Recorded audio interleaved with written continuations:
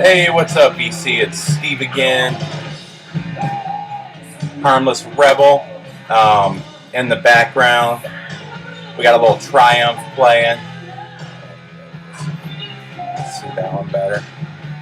Busted out the old cassette deck. This is Stages. It's their double live album, and it had a couple of new tracks on it as well. I just recently got into Triumph. I would say about 3 months ago. I ran across a copy of Allied Forces and just thought that was a great album. So the next one I bought was Never Surrender, and I dug that one just as much. So I was kind of stoked about a week ago when I ran across the cassette, the double live album. Really good album. This is my second time listening to it. It's a concert from San Diego, and it's got a couple new songs as well. So I'm sure you can tell from the music in the background, this is going to be a hard rock, heavy metal update. We'll go ahead and start off with the hard rock, and then move into some metal from there. So first up, I was at an antique mall about a week ago, maybe Monday or Tuesday, and just ran across some really good deals. The first thing I ran across was, actually we'll do it the other way, was Blackout from the Scorpions. Just a great album from the Scorpions. This is probably maybe my second favorite album from them. And it's definitely one of my favorite metal or hard rock album covers. I've just always dug that album cover. And actually the lady that was ringing it up for me was kind of grossed out by it, which I found kind of amusing. She couldn't help it. She just kept staring at it, and just something about the forks in the eyes was just driving her crazy. But Scorpions Blackout. And then, of course, there was the album that got me into the Scorpions, and that got most of us into the Scorpions, I would argue, Love at First Sting. This is, of course, famous for Rock You Like a Hurricane, which was arguably their biggest hit. And then, oddly enough, I didn't even realize what I was doing when I bought it. I bought these two, and then a couple of days later, I was at a different store and ran across the alternate, much better cover for Love at First Sting. And it didn't even dawn on me that I had just bought the same album a couple of days before. But, and I was looking at it when I got home, and I was just like, usually I catch stuff like that. I'm pretty good about, even as big as my collection is, I'm really good about knowing what's actually in the collection. It's very rare that I buy two of the same album. But you know what? It's alternate covers. They're both in great shape. So, it is what it is. There's not much I can do about it now. But great album, as is Blackout. I got into them, first hearing Rock You Like a Hurricane, and then my dad got stationed in Germany. My dad was in the Air Force in 85 or 86-ish, and we moved up there, and they were really big when we got there. Once we got there, my dad was buying their cassettes. He got into them. I think he went to see them once or twice. Regardless, great bands.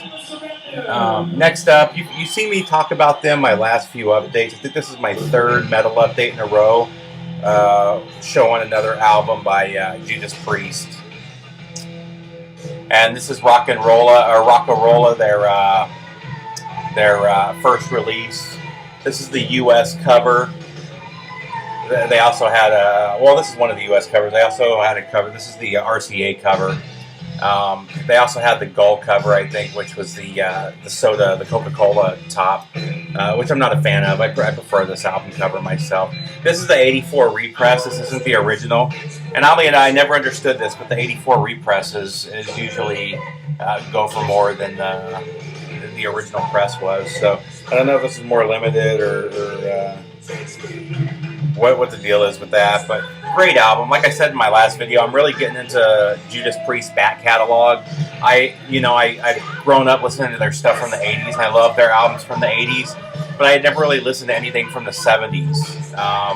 And now that I'm listening to their albums from the 70s, I'm actually liking their older stuff better than their stuff from the 80s. Not that I've changed my mind about anything from the 80s. It's just I really dig their 70s sound. So Judas Priest, Rock and Rollin'.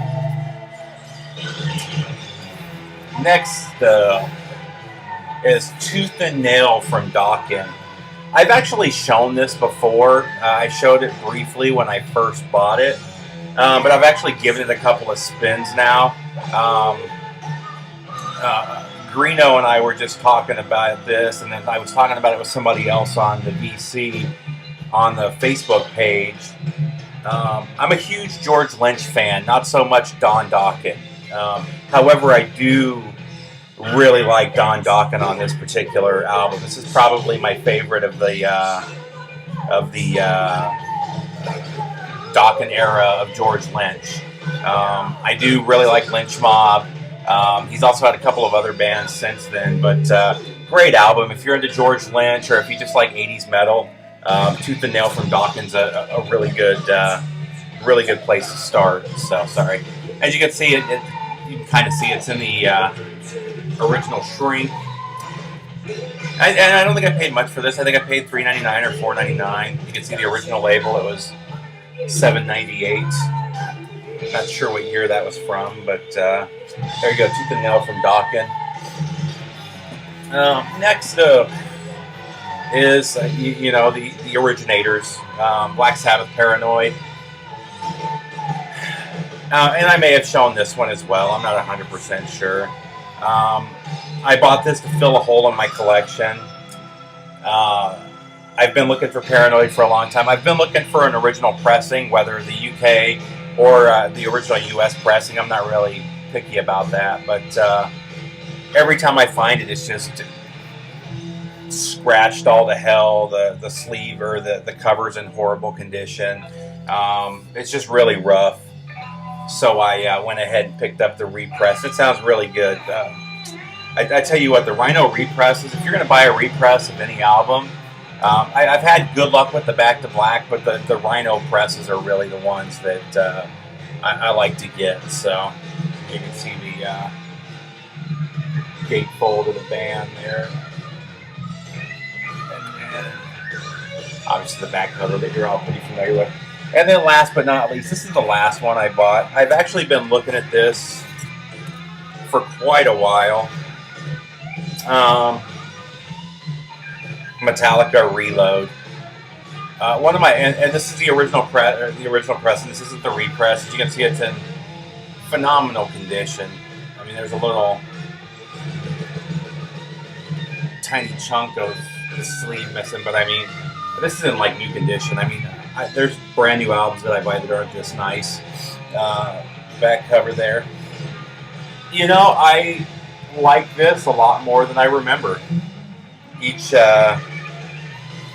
All the inserts are here.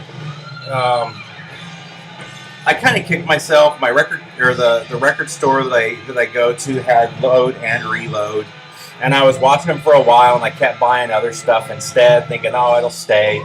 You know, part of it's just the cost of them. They're not cheap albums to get, especially the original pressings. So, you know, I would pass it up for something else that I ran across that I felt that I wanted more. And then a couple weeks ago, I went in and noticed that Load was gone, which kind of annoyed me, you know, because I did want Load as well.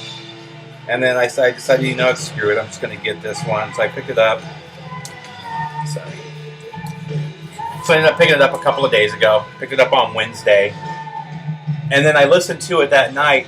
It's a lot better than I remember. I remember not liking it at all when it first came out.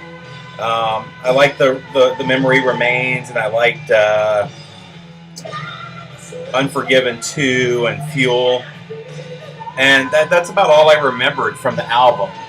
And even Unforgiven 2, I was like, why would you remake the Unforgiven? But I listened to it again. It's a really good album. I understand the argument that it's not Metallica, and that was probably my argument at the time. It's not thrash, but you know, if you look at their back catalog, Metallica stopped being thrash a long time ago. Now, you can make the argument that they've slowly come back with their last 2 albums, especially with Death Magnetic, but I would argue that they weren't even thrash for... now I'm going to draw a blank. I can't think of the name of the album. It's their... what everybody calls the #1 thrash album ever. I would say Ride the Lightning, though, is their Master of Puppets. I don't think Master of Puppets is a thrash album. I think they got into more formulaic songs at that point.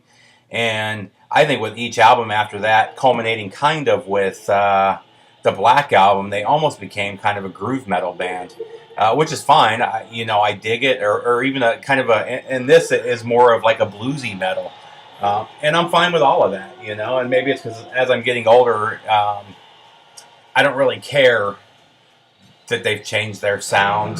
Not that I don't respect bands. Megadeth is probably my favorite metal band, and I love the fact that they've stayed just straight up metal the whole time. Now they've experimented with some stuff here and there with Cryptic Writings and with Risk, but I dug those albums too. Another band that just stayed metal, but also went kind of towards that groove metal was Sepultura. And then they of course broke up and went their own way. But the more I listen to those, the more I like them. And then it was funny. I was upset that I didn't find Load, and then the very next day, I was at the pawn shop and ran across the Load cassette. So I still want to get that record, and I'll find it. But in the meantime, I'll just listen to it on the old cassette deck. So that's my update for this week, though, guys. Or not for this week. That's my update. Leave some comments. Let me know what you think. Any thoughts on anything that I talked about. Other than that, have a great Memorial Day weekend. Thank you for all the rest of you out there who served.